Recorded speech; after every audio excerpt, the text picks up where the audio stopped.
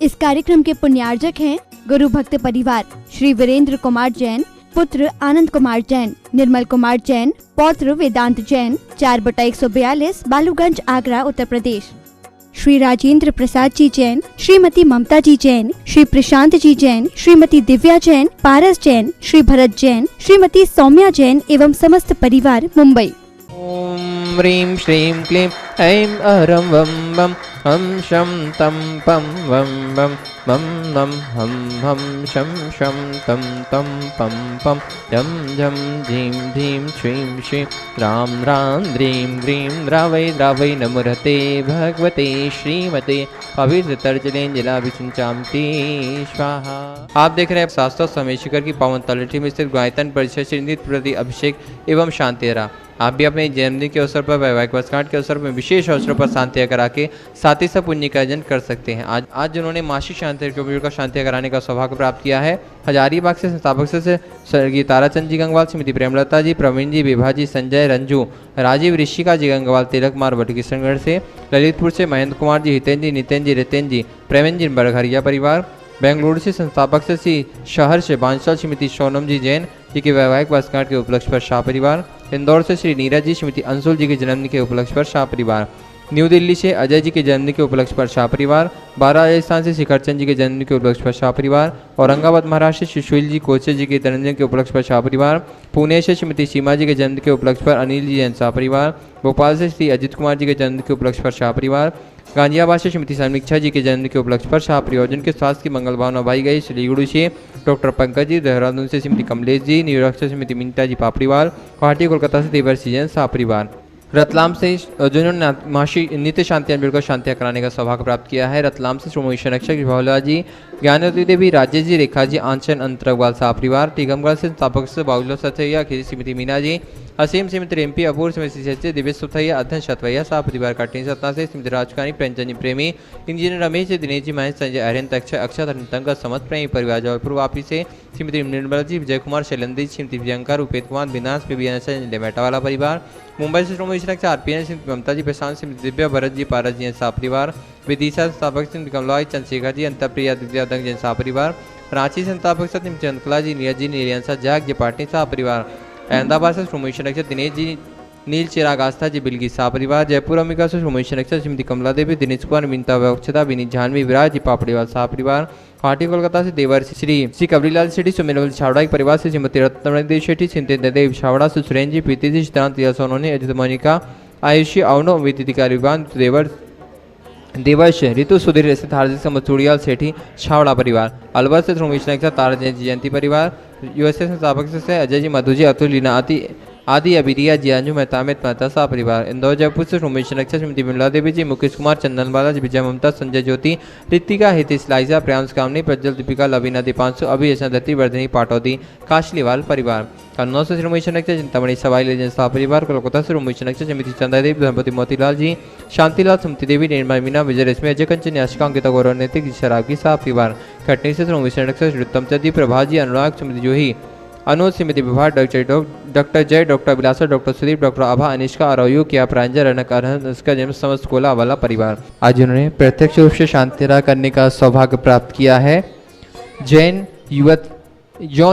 Youth मंडल नोएडा से सभी उनके सदस्यगण और श्री स्वस्तिक जी छावड़ा, सुपुत्र राकेश जी, रिंकू जी छावड़ा, सुख शांति समृद्धि हेतु, श्री अन्नू भैया जी जैन इसरी से शांतिरा संपन्न करे हैं, श्री सुभाष जी, पूनम जी गुणायतन, श्री नंदलाल जी जैन जयपुर, श्री कपूर चंद जी कोटा, श्री सिद्धार्थ जी, शोभा जी जैन काशलीवाल कानपुर से। परम पूज्य गुरुदेव श्री प्रमाण सागर महाराज जी के आशीर्वाद से आज की शांति आराधना प्रारंभ करते हैं। ओम नमः सिद्धेभ्यः, ओम नमः सिद्धेभ्यः, श्री वीतरागाय नमः। ओम ह्रीं नमो रिहंताणं, नमो सिद्धाणं, नमो आयुर्याणं, नमो वज्रायणं, नमो लोहे सव्यसावणं, चत्तारि मंगलम हरियंता मंगलम, सिद्धा मंगलम, साहु मंगलम, केवली पर्णतो धमो मंगलम, चत्तारि लोगुत्तमा हरियंता लोगुत्तमा, सिद्धा लोगुत्तमा, साहु लोगुत्तमा, केवली पर्णतो धमो लोगुत्तमो, चत्तारि शरणं पवजामि, हरियंते शरणं पवजामि, सिद्धे शरणं पवजामि, साहु शरणं पवजामि, केवली पर्णतम धम्मं शरणं पवजामि। ओम ह्रीं अनादिमूलमन्त्रेभ्यो नमः। सर्वशान्तिं तुष्टिं पुष्टिं च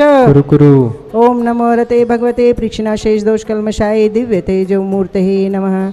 श्री शांतिनाथाय शांतिकराय सर्वविघ्न प्राणाशनाय सर्वरोगा मृत्यु विनाशनाय सर्वपर्कुतुच्छतोद्र विनाशनाय सर्वछाम डामर विनाशनाय ओम राम ह्रीं रूम रोम रास्याव सर्वशांतिम कुरु कुरु ओम रूम झूम फट किरीटिम घाते घाते परविघ्नानि स्फोटय स्फोटय सहस्खंडान कुरु कुरु पर मुद्राम छिंद छिंद पर मंत्रान भिंद भिंद छ छ रूम फट सर्व शांतिम कुरु कुरु ओम ह्रीं श्रीं क्लीं रमस्यावसानात् विद्याय नमो ओरियंताणं रोम सर्व शांतिम कुरु कुरु ओम आराम सीरीम आरूम ऊरोहम साराह जगदापद विनाशनाय ह्रीं श्री शांतिनाथाय नमः सर्व शांतिम कुरु कुरु ओम ह्रीं श्री शांतिनाथाय शोक्तरु सत्प्रातय मंडिताय शोक्तरु सत्प्रातय शोभन पद प्रदाय हमेलयो बीजाय सर्वोपदरु शांतिकराय नमः सर्व शांतिम कुरु कुरु ओम ह्रीं श्री शांतिनाथाय सर्वपृष्ठि सत्प्रातय मंडिताय सर्वपृष्ठि सत्प्रातय शोभन पद प्रदाय हमेलयो बीजाय सर्वोपदरु शांतिकराय नमः सर्व शांतिम कुरु कुरु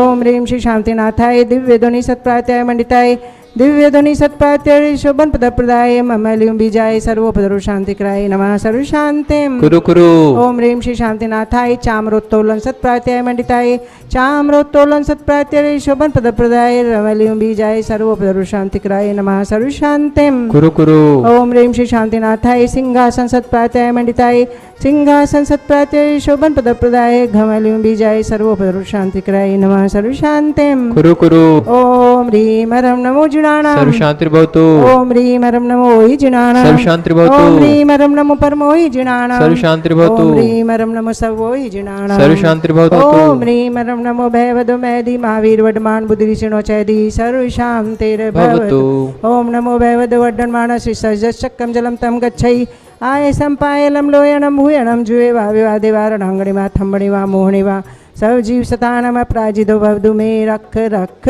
स्वाहा संपूजकानां प्रतिपालकानां यतीन्द्र सामान्य तपोधनानां देशस्य राष्ट्रस्य पुरस्य राज्ञः करोतु शान्तिं भगवान् जिनेन्द्र।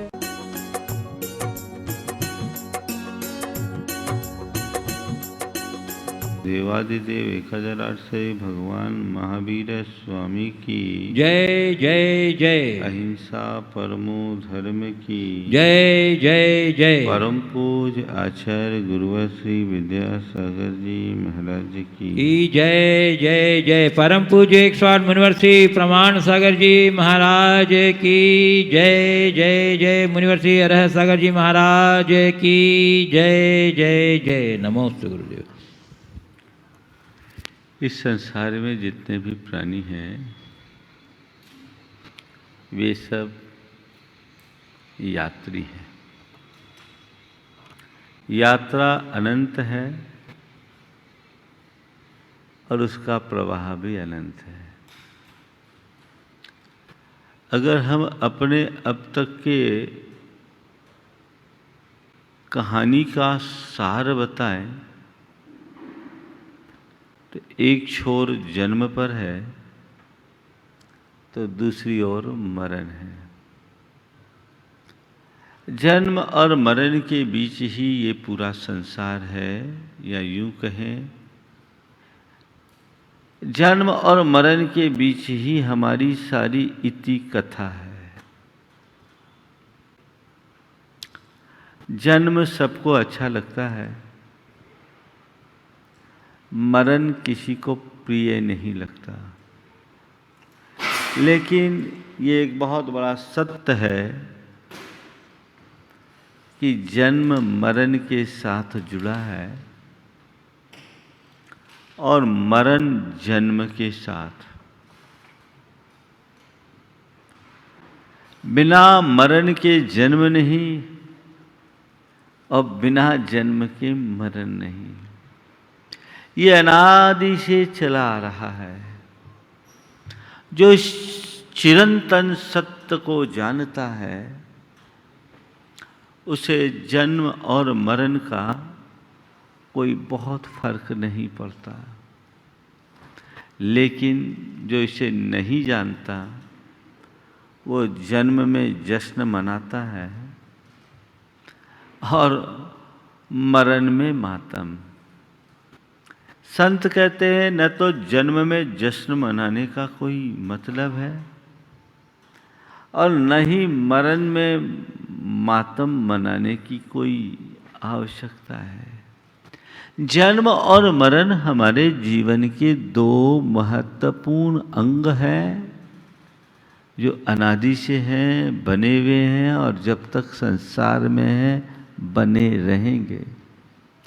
न जन्म से प्रभावित हो न मरण से प्रभावित हो, अपितु अपने जीवन को जन्म और मरण से ऊपर उठाने का उपक्रम करो। कुछ ऐसा करो जिससे जन्म और मरण से ऊपर उठा जा सके और वह प्रक्रिया, वह मार्ग हमें मिलेगा धर्म से, जिसके भीतर सही तत्व ज्ञान होता है, जीवन की वास्तविक समझ होती है। उसके लिए जन्म और मरण प्रभावित नहीं करते। वो जैसे हम सूर्योदय को देखते हैं तो सूर्यास्त भी हम उसी दृष्टि से देखते हैं। सूरज उगा है तो ढलेगा, उसे कोई रोक नहीं सकता। लेकिन दुनिया में ज़्यादातर लोग ऐसे हैं जिनको सूरज के उगने का तो याद रहता है पर दिन ढलेगा वो भूल जाते हैं। हमें इस शाश्वत प्रक्रिया को समझना चाहिए और दोनों में स्थिरता रखने की कोशिश करनी चाहिए। आज गुरुदेव का एक बहुत अच्छा संदेश है। वे चल बसे, यानी यहाँ से वहाँ जाकर बसे। कोई मर जाता है, हम क्या कहते हैं? वो चल बसा, है ना? तो चल बसा मतलब यहाँ से चला गया, कहाँ गया? वहाँ पहुँच गया। ये जीवन का एक क्रम है और तुम थोड़े दिन के यात्री हो। एक दिन तुम्हें इस पड़ाव को छोड़कर दूसरे पड़ाव की ओर जाना होगा। तो आज तुम किसी दूसरों के बारे में कहते हो वो चल बसे, कल लोग तुम्हारे बारे में भी बोलेंगे कि वो चल बसा। तो चल बसा, चलना तो यहां से है ही, जाना तो है ना। इसमें कोई संशय? कोई संशय नहीं। जाना है, ये तय है। तय केवल ये करना है कि कैसे जाना है। कैसे जाना है? आया है सो जाएगा, राजा रंक फकीर। एक सिंहासन चढ़ी चले, एक बंधत जात जंजीर। अब तुम्हें ये तय करना है जीवन के इस परम सत्य को जानते हुए कि ये मेरा जीवन 4 दिनों का है। कब खत्म हो जाए पता नहीं, मुझे यहां से जाना होगा। कैसे जाना है? पुण्य के सिंहासन पर आरूढ़ होकर जाना है या पाप की बेड़ियों से जकड़ करके जाना है? तय केवल इतनी सी बात करनी है। जिसके अंदर ये समझ विकसित हो जाती है, उसके जीवन की दिशा और दशा सब बदल जाती है। हमें कैसे जाना है? वे चल बसे तो हमें भी तो चलना होगा।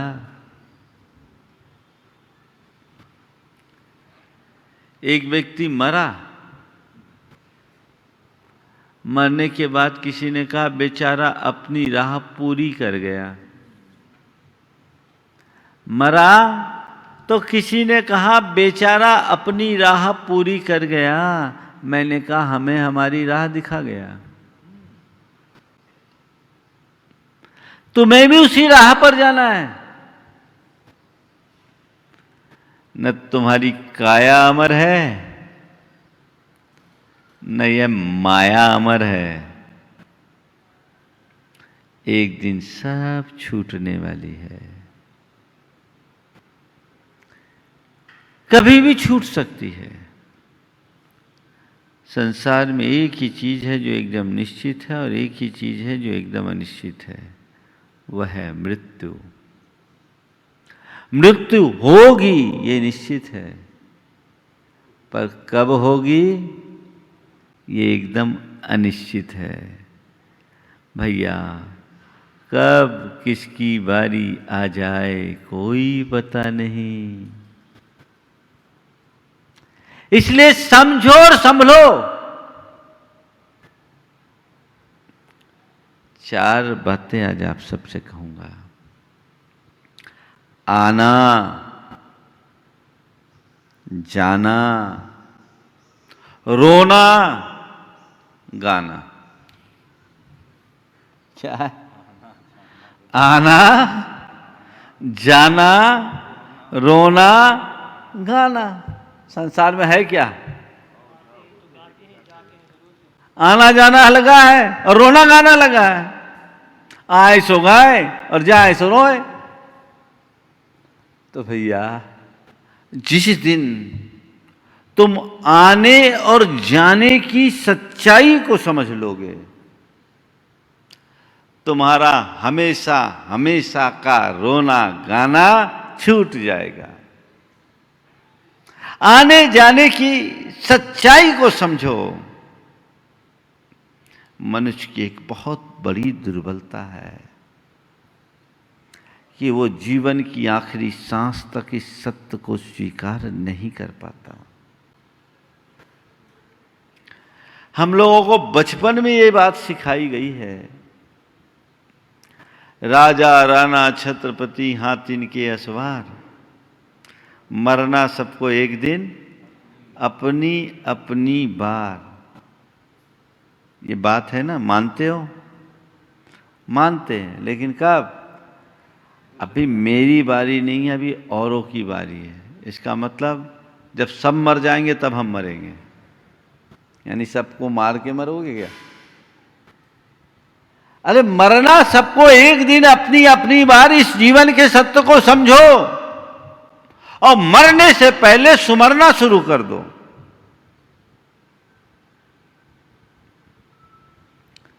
आना भी संयोग है, जाना भी संयोग है, जन्म भी संयोग है, मरण भी संयोग है। जन्म को हम संयोग मान लेते हैं, मरण को वियोग का दर्जा देते हैं, पर वह भी एक संयोग का ही फल है। सच्चाई तो ये है कि न तो तुम्हारा जन्म है और न ही तुम्हारा मरण है। तुम अजन्मे हो, अमर हो, अजर अमर अविनाशी तत्व, उसे पहचानो। ये बात और है कि अनंतों बार तुमने जन्म धारण किया और अनंतों बार ही मरण भी हुआ, लेकिन फिर भी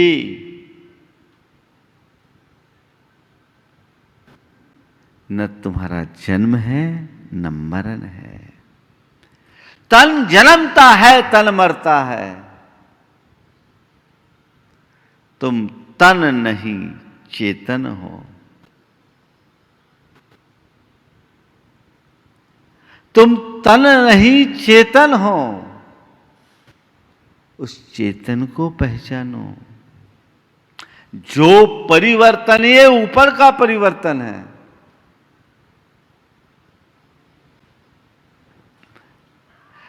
मिटता नहीं वजूद हमारा मौत से, केवल शक्ल की चोली बदला करती है, संगीत बदलता नहीं किसी भी सरगम का, केवल गायक की बोली बदला करती है।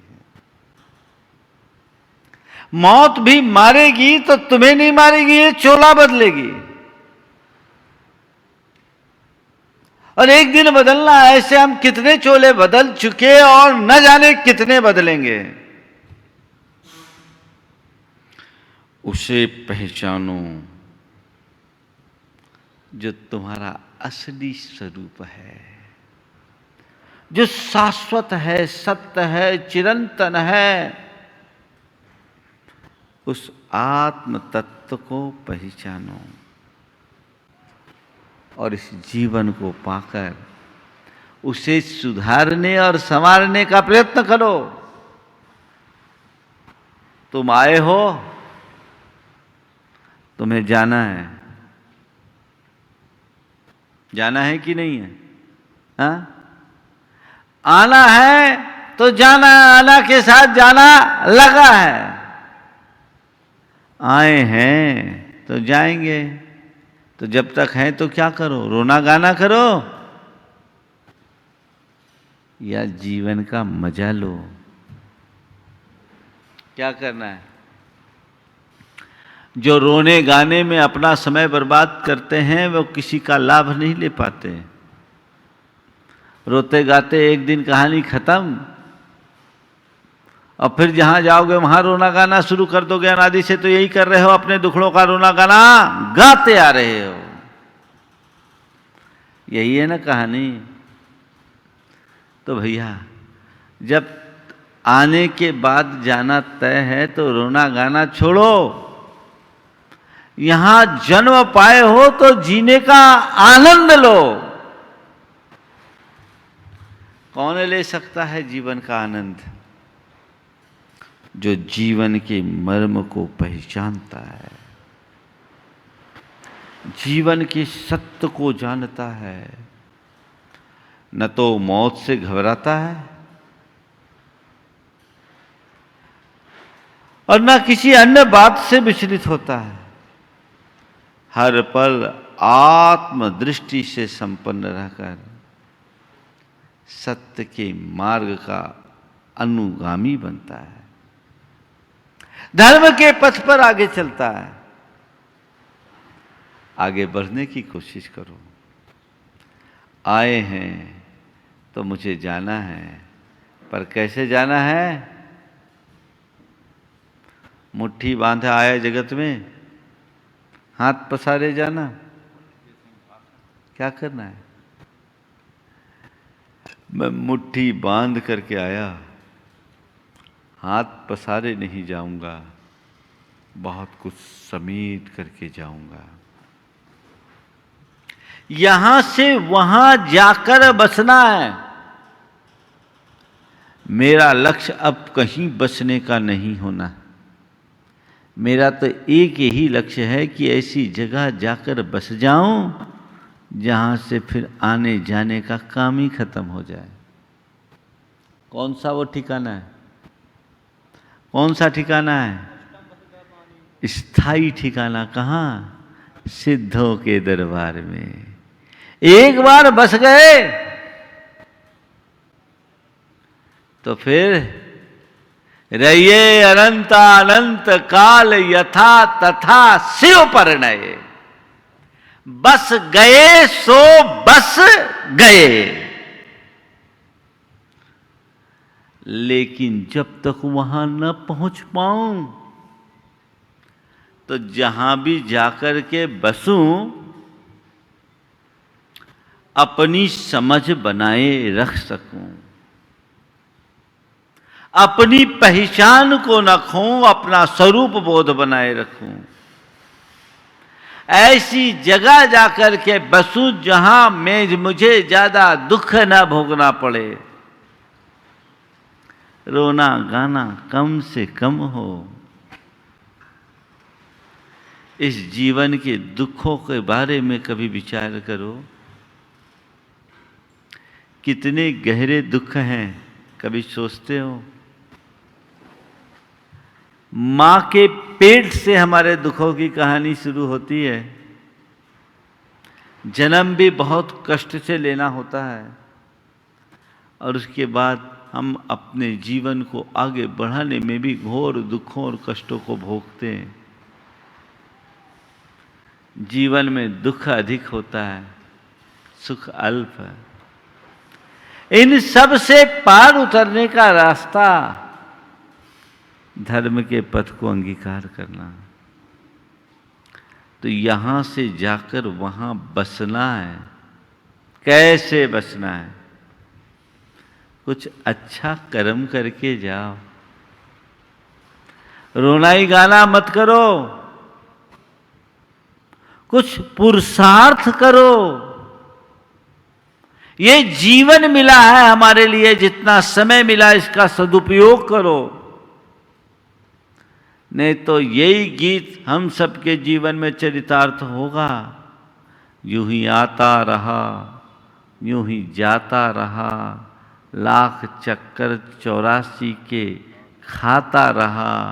यूं ही आवागमन के उलट फेर में व्यर्थ हीरा जन्म को गंवाता रहा। ये कहानी खत्म हो जाएगी। थोड़ी देर के लिए कल्पना करो, अगर मेरी मृत्यु हो जाए, उसके बाद मेरे पीछे लोग क्या सोचेंगे?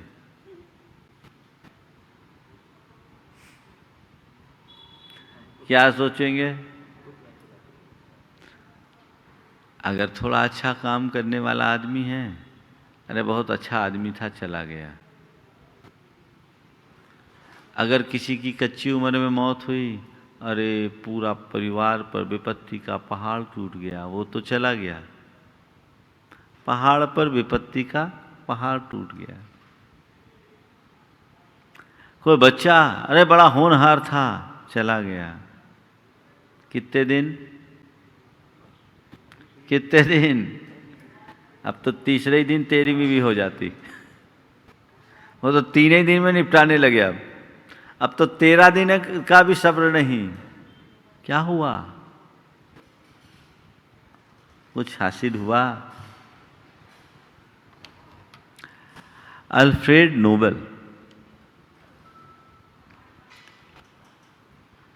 उसके मन में एक बार आया, मालूम है, वो बारूद का आविष्कारक था।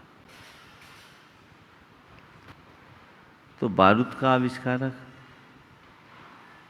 उसके मन में आया कि मैं मरूंगा तो लोग मुझे किस रूप में जानेंगे। उसने जीते जी एक खबर छपवा दी कि अल्फ्रेड नोबेल मर गया। खबर फैला दी, जिंदे में खबर फैला दी कि वो मर गया। अखबारों की सुर्खियां बनी, मौत का सौदागर मौत की नींद सो गया।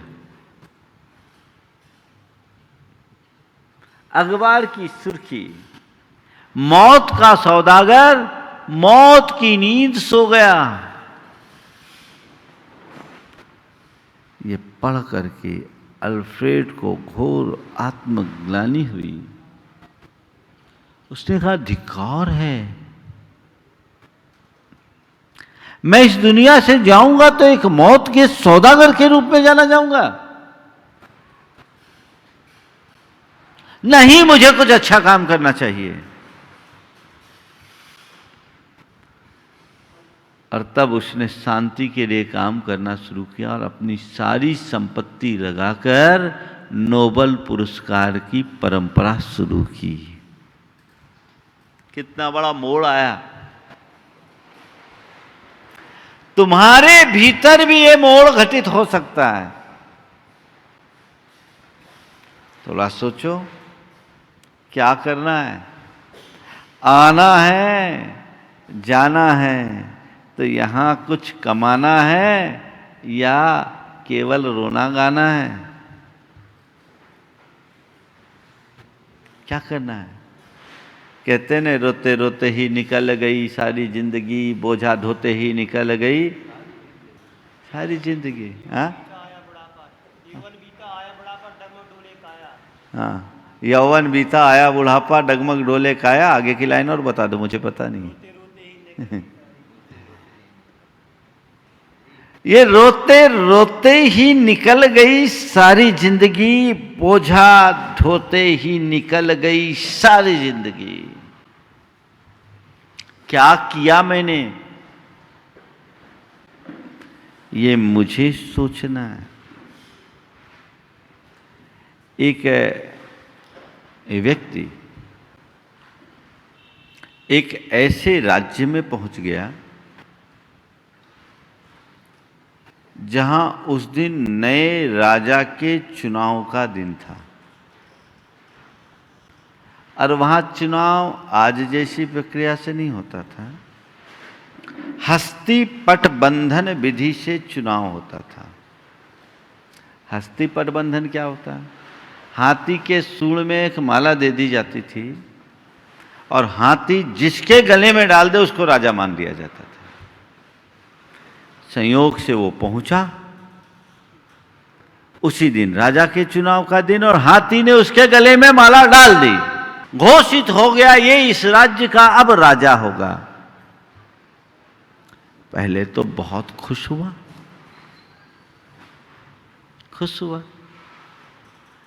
लेकिन जैसे ही वहां का कानून बताया गया एक बार ही कांप गया। कानून ये बताया गया कि आज से 5 साल तक के लिए आपको इस राज्य का राजा नियुक्त किया गया। 5 साल के बाद इस राज्य के कानून के अनुसार आपको राज्य की इस नदी के किनारे छोड़ दिया जाएगा और मगरमच्छों और घड़ियालों के ग्रास बनना पड़ेगा। अब तक यही होता था, जितने भी राजा को राज्य मिलता 5 साल वो राज्य तो करता, लेकिन समय पूर्ण होने पर नदी किनारे जाता और मगरमच्छों और घड़ियालों से घिरी उस नदी में जाकर मर जाता। इसने जब वहां की शर्त सुनी तो एक बार की घबराया, लेकिन तभी सोचा 5 बरस बहुत लंबा होता है, चलो देखते हैं।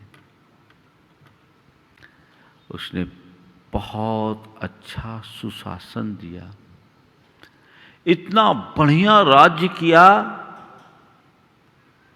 कि वो लोगों के दिलों में भी राज करने लगा। बुजुर्ग बताते कि ऐसा शासक 100 वर्षों में नहीं आया, इतना अच्छा राजा। समय बहुत तेज गति से आगे बढ़ा। जैसे ही 5 वर्ष की अवधि पूरी होने को हुई, लोगों के चेहरे पर चिंता की लकीरें उत्पन्न होने लगी। अब हमें अपना प्राण प्रिय राजा खोना पड़ेगा। लेकिन राजा तो एकदम निश्चिंत, उसे कुछ फर्क ही नहीं। जिस दिन उसका कार्यकाल खत्म हुआ,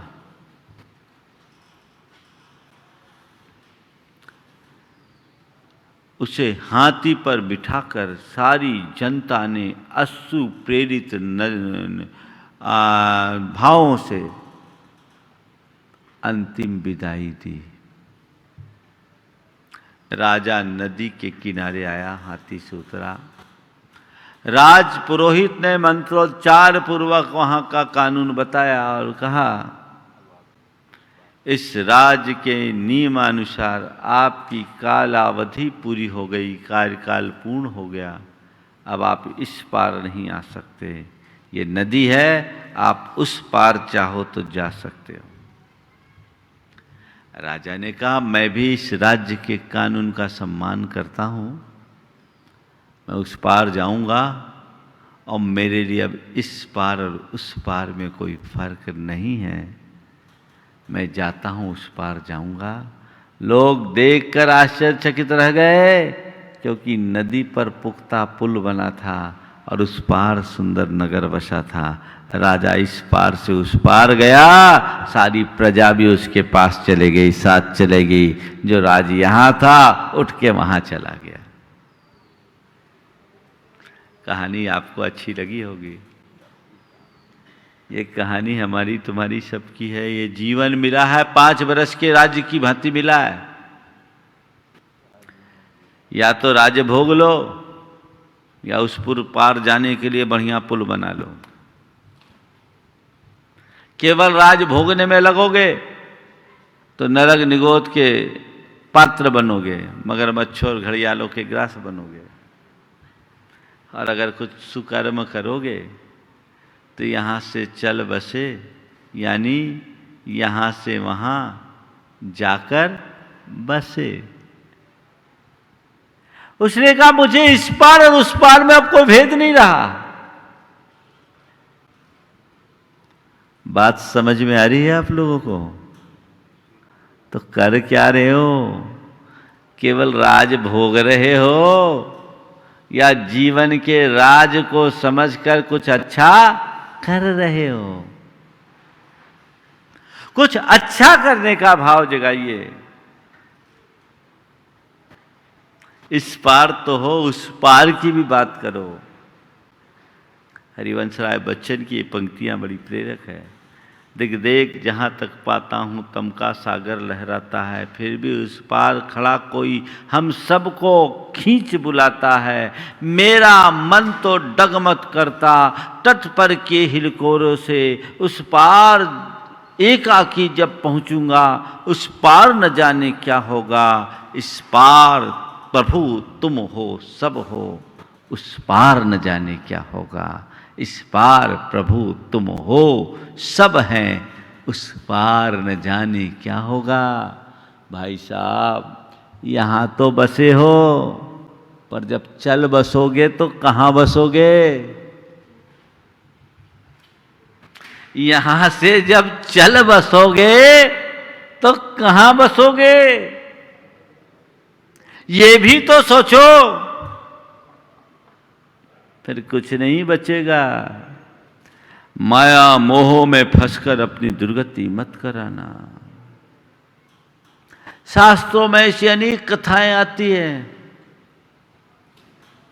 जीवन भर नीति अनीति का विचार किए बिना धन का संग्रह किया, उसके मोह में मरा और मरकर उसी धन पर सांप बनकर बैठ गया। क्या हुआ? वे चल बसे, यानी यहां से वहां जाकर बसे। क्या बसे? सांप बनकर बसे। कोई बकरा बना, कोई बैल बना, कोई गधा बना, कोई कुत्ता बना। क्या है, कभी कल्पना कर सकते हो? आज भी ज़्यादातर सुनते हैं कि घर के नीचे खजाना होता, उसमें सांप दिखता है। मुझसे एक बार किसी ने पूछा कि महाराज प्रायः खजानों के साथ सांप की ही बात क्यों आती है? खजानों के साथ सांप की ही बात क्यों आती है? हमने कहा जो व्यक्ति सांप की तरह लोगों को डस डस करके उनका शोषण करके धन चूसता है, वो मर करके सांप बनता और उसी धन पर जाकर बैठता है। क्योंकि औरों का जहर पिया, जहरीला बन गया। वो सांप नहीं है, वो उसके जीवन का श्राप है। उसकी जिंदगी उसके ही करतूतों से अभिशप्त हो गई।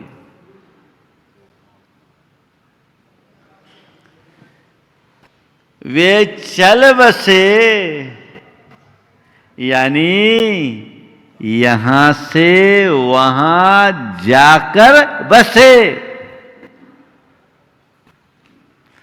भैया तुम्हारी ये बस्ती तो एक दिन उजड़ दी है। चाहे कुटिया हो या महल, अमर कोई नहीं है, सबको एक दिन मरना है, सब छोड़ के जाना है, सब ठाट पड़ा रह जाएगा। और आज के लोगों की ठाट की कहानी बताऊं, एक बड़ा सेठ था, उसका कुत्ता मरा तो पहुंचाने के लिए 5000 लोग गए। सेठ था, उसका कुत्ता मरा तो उसके अंतिम संस्कार की यात्रा निकाले गई, 5000 में लोग गए, और सेठ मरा तो 50 लोग भी नहीं गए।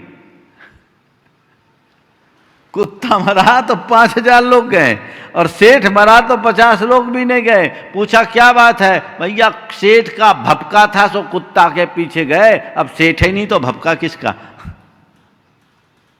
कितने दिन का ठाट, बात समझने की है। कहां है हम? क्या है हमारी दृष्टि? कैसी है हमारी सोच?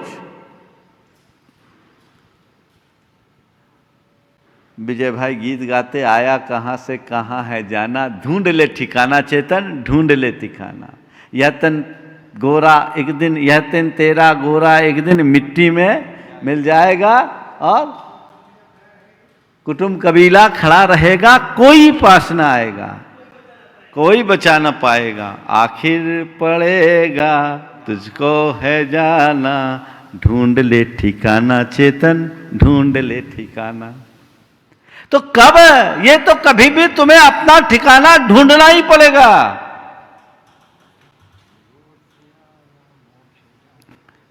समझिए, बहुत गहरा संदेश है। वे चल बसे,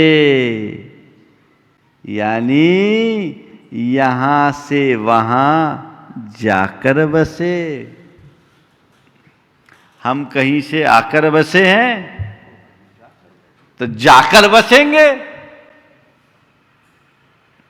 सावधान हो जाओ, जीवन का सार पाओ, आना और जाना के सत्य को समझो और रोना गाना बंद करो। ये रोना गाना कुछ काम का नहीं, इसे बंद करो। आना और जाना है, ठीक है, लेकिन आने जाने के क्रम में मुझे वो करना है जो मेरे लिए करनी है। कभी भी कहानी खत्म होगी।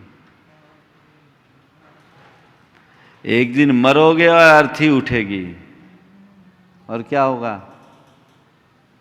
अर्थी उठ गई, इसका मतलब क्या है? अर्थी का मतलब जानते हो क्या है? हाँ? अर्थी शब्द क्या है? अर्थी शब्द का अर्थ है न रथी अर्थी। वो अरथी है, उसको अर्थी बना दिए लोग। रथी और रथ क्या है? इस शरीर को रथ माना गया। क्या? शरीर रथ है और इसमें रहने वाला आत्मा रथी। रथी चला गया, रथ भर पड़ा है, इसलिए न रथी अरथी। उसको लोगों ने बना दिया अर्थी। तो भैया, इससे पहले कि तुम्हारी अर्थी उठे, जीवन के परम अर्थ को जान लो। मरोगे, अर्थी उठेगी, ठठरी बंधेगी, अर्थी उठेगी और चिता पर जला दिया जाएगा, राख बन जाएगी। और क्या होगा? खाक बनेगा। और क्या होगा? चाहे राजा हो या रंक, अंत सबका राख है। अंत सबका राख है। ये हो सकता है कि राजा की अर्थी को चंदन की लकड़ी से जलाई जाए और रंक की चिता को गोबर के कंडे से जलाया जाए, लेकिन चंदन की राख में सुगंध नहीं होती और गोबर के कंडे की राख में दुर्गंध नहीं होती। राख तो सबकी समान है। न मेरा एक होगा, न तेरा लाख होगा। मेरा भी खाक होगा और तेरा भी खाक होगा। ये सब खाक में मिटे। इससे पहले जो खास है उसे पहचान लो। आना जाना के सत्य को जानो और रोना गाना बंद करो। जीवन का रस लो, जीवन का आनंद लो, जीवन के प्रयोजन को पूर्ण करो। अर्थी उठने से पहले जीवन के अर्थ यानी प्रयोजन को जानो। चिता जलने से पहले अपनी चेतना को जगाओ, तो कुछ लाभ होगा। देखो अब तक के जीवन में मैंने क्या पाया, क्या खोया। अपने जीवन के लिए मैंने क्या किया। कुछ अर्जित किया है तो समझना लाभ है, नहीं तो नुकसान। निश्चित हम कुछ पुण्य लेकर आए, कुछ पुण्य लेकर आए हैं, पर मैं आपसे कहता हूं जितना संचित करके लाए हो उससे ज्यादा अर्जित करके जाओ, क्योंकि जन्मों का संचित पुण्य तुम्हारे यहां काम आया। अब खाली होकर जाओगे तो कंगाल बनोगे और क्या होगा। बसना तो है ही। एक गांव से दूसरे गांव बसना होता है किसी को, तो आधारभूत चीजें लेकर जाते हो कि नहीं जाते। भैया वहां कोई अजनबियों के बीच क्या करेंगे, कुछ तो चाहिए ना, कि खाली हाथ चले जाते हो। नहीं महाराज, ऐसे थोड़ी होता है। वहां तो जितना संभव है उतना साधन लेकर के जाते हैं, क्योंकि परदेश है ना। परदेश जाते हो तो साधन लेकर जाते हो। परलोक जाना है, कुछ साधन बचाया है। बोलो, कोई व्यवस्था तो क्या होगा। भीख मांगोगे और क्या होगा। दूसरों के टुकड़ों पर पलोगे और क्या होगा। तो वहां के लिए क्या करो, अर्जित करके ले जाओ। जितना संचित लाए थे उससे ज्यादा अर्जित लेकर के जाओ। जीवन भर कुछ अच्छा कमाओ, न रो न गाओ। रोना गाना छोड़ो, कमाना सीखो, अच्छा अर्जित करो, जो जीवन को एक नई ऊंचाई दे सके, जिसके बदौलत तुम कुछ आगे बढ़ सको। ये पुरुषार्थ हमारा होना चाहिए। जब तक ऐसा पुरुषार्थ नहीं, तब तक जीवन में कामयाबी नहीं। उपलब्धियों के शिखर पर पहुंचना चाहते हो तो ये मौका मिला है मनुष्य जीवन का। एक एक क्षण कीमती है, अपने एक एक क्षण का सदुपयोग करो। जितना बटोर सकते हो बटोर लो। किसी को अच्छा गोल्डन अपॉर्चुनिटी मिले और वो अपना सिर ही खुजाते रहे तो उसको हम क्या कहेंगे, क्या कहेंगे। हाँ, बेचारा। उसको कहेंगे मूर्खाधिराज। क्या कहेंगे, मूर्खाधिराज। और क्या है, वो कहाँ बैठा है। ये सुअवसर मुझे मिला है, मुझे इसका सदुपयोग करना है। अपना समय, शक्ति और संसाधन उसमें लगाना है जिसका कुछ आउटपुट निकले। कहीं ऐसा ना हो कि जब तुम्हारा अंत हो तो तुम्हारे मुख से अफसोस भरा आह निकले, हाय मैं अपने जीवन में कुछ नहीं कर पाया। नहीं, जीवन इस तरीके से जियो कि यहां से जाते समय तुम पूर्ण संतुष्ट और तृप्त होकर के जाओ कि चलो अब मुझे इस पार और उस पार में कोई फर्क नहीं है। यहां ठाठ से जिया, वहां भी ठाठ से जीऊंगा।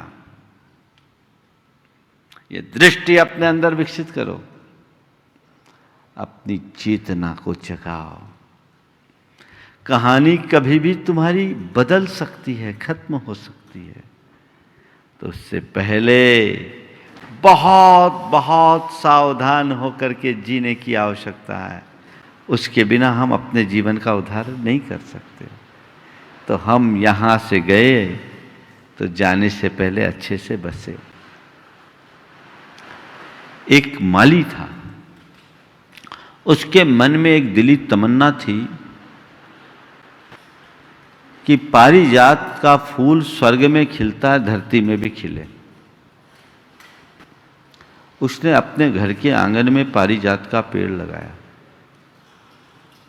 उसके पुरुषार्थ से वो पेड़ बढ़ा भी, लेकिन उसमें कभी फूल नहीं खिला।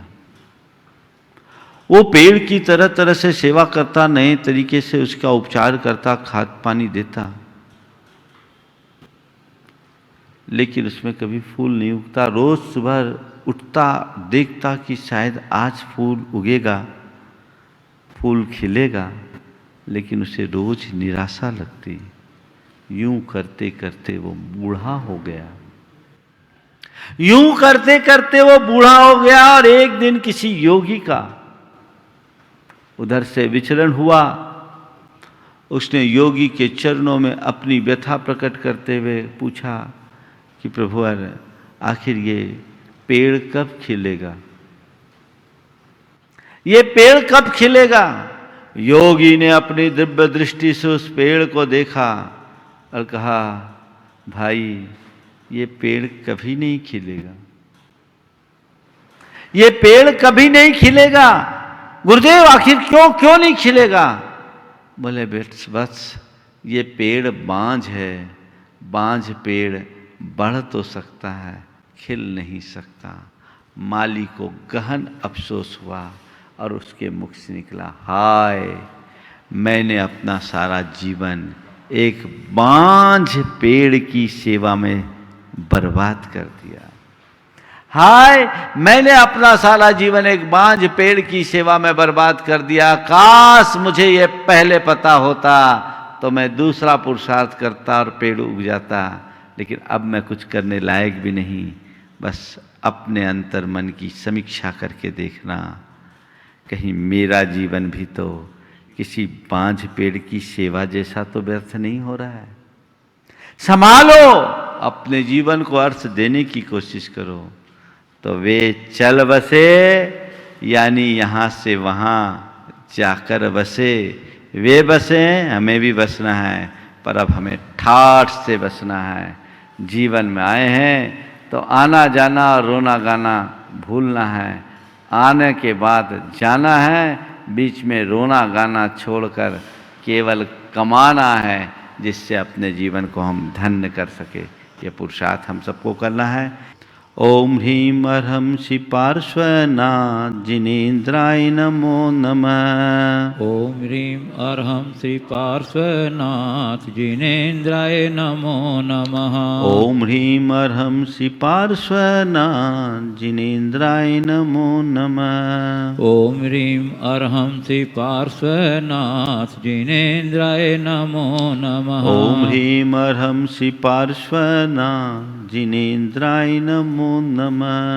ओम ह्रीं अर्हं श्री पार्श्वनाथ जिनेन्द्राय नमो नमः। ओम ह्रीं अर्हं श्री पार्श्वनाथ जिनेन्द्राय नमो नमः। ओम ह्रीं अर्हं श्री पार्श्वनाथ जिनेन्द्राय नमो नमः। ओम ह्रीं अर्हं श्री पार्श्वनाथ जिनेन्द्राय नमो नमः। ओम ह्रीं अर्हं श्री पार्श्वनाथ जिनेन्द्राय नमो नमः। ओम ह्रीं अर्हं श्री पार्श्वनाथ जिनेन्द्राय नमो नमः। ओम ह्रीं अर्हं श्री पार्श्वनाथ जिनेन्द्राय नमो नमः। ओम ह्रीं अर्हं श्री पार्श्वनाथ जिनेन्द्राय नमो नमः। ओम ह्रीं अर्हं श्री पार्श्वनाथ जिनेन्द्राय नमो नमः। ओम ह्रीं अर्हं श्री पार्श्वनाथ जिनेन्द्राय नमो नमः। ओम ह्रीं अर्हं श्री पार्श्वनाथ जिनेन्द्राय नमो नमः। ओम ह्रीं अर्हं श्री पार्श्वनाथ जिनेन्द्राय नमो नमः। ओम ह्रीं अर्हं श्री पार्श्वनाथ जिनेन्द्राय नमो नमः। ओम ह्रीं अर्हं श्री पार्श्वनाथ जिनेन्द्राय नमो नमः। ओम ह्रीं अर्हं श्री पार्श्वनाथ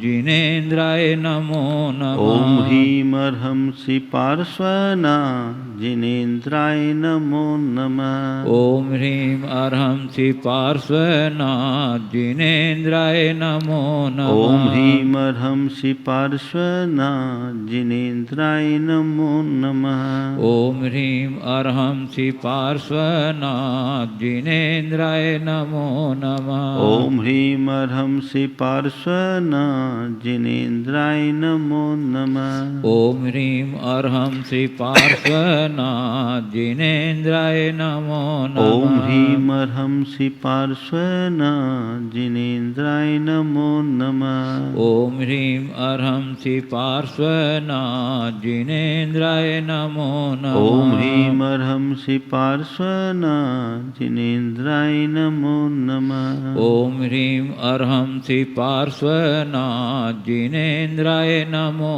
नमः। ओम ह्रीं अर्हं श्री पार्श्वनाथ जिनेन्द्राय नमो नमः। ओम ह्रीं अर्हं श्री पार्श्वनाथ जिनेन्द्राय नमो नमः। ओम ह्रीं अर्हं श्री पार्श्वनाथ जिनेन्द्राय नमो नमः।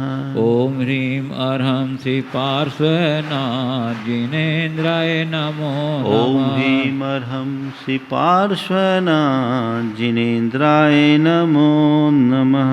ओम ह्रीं अर्हं श्री पार्श्वनाथ जिनेन्द्राय नमो जय बोलो नमः। चिंतामणि श्री पार्श्वनाथ भगवान की जय। परम पूज्य आचार्य गुरुवर श्री विद्यासागर जी महाराज की।